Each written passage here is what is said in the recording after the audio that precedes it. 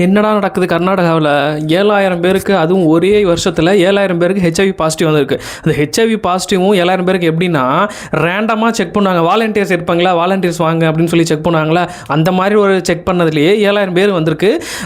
இது வந்து 2023 கம்பேர் பண்ணும்பொழுது அப்படி டபுளாக வந்திருக்கு அப்படின்ற மாதிரி சொல்கிறாங்க. ஜென்சி தலைமுறைகள் வந்து எல்லாத்துலேயும் ஃபாஸ்ட்டாக போயிட்டுருக்கீங்க, அதுக்குன்னு இதுலேயுமாடா என்ன இது சாதாரண விஷயம் நினச்சிட்ருங்களா? இதுக்கு இன்ன வரைக்கும் ஒரு கரெக்டான மெடிசனே இன்ன வரைக்கும் கண்டுபிடிக்கவே கிடையாது. அது இல்லாமல் இதில் நீங்கள் ஒன்ஸ் நீங்கள் இதனால் பாதிக்கப்பட்டுட்டீங்க அப்படின்னா உங்களால் ஒரு சில ப்ரொஃபஷன் சூஸ் பண்ணவே முடியாது லைஃப் லாங். நீங்கள் மெடிசன் படிக்கணும், டாக்டர் ஆகணும்னு நினச்சிங்கன்னா இது வந்து நீங்கள் டாக்டர் கூட ஆக முடியாது. அதனால் ரொம்ப கேர்ஃபுல்லாக இருங்க, எதில் வேணாலும் ஜாலியாக இருங்க. உங்கள் வாழ்க்கை விஷயம் வரும் பொழுது ரொம்ப உஷாராக இருங்க.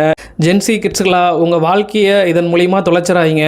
இது வந்து கர்நாடகாவில் மட்டும் இல்லை, இந்தியா முழுக்க இந்த மாதிரியான அசாதாரண சூழல் நிலவுது. ஸ்கூல் காலேஜில் இது சம்மந்தமான அவேர்னஸ் வந்து கவர்மெண்ட் கொடுக்கணும் அப்படின்னு நான் வேண்டி விரும்பி கேட்டுக்கொள்கிறேன். நண்பர்களே, தயவு செய்து கொஞ்சம் சேஃபாக இருங்க. அவ்வளோதான் என்னால் சொல்ல முடியும்.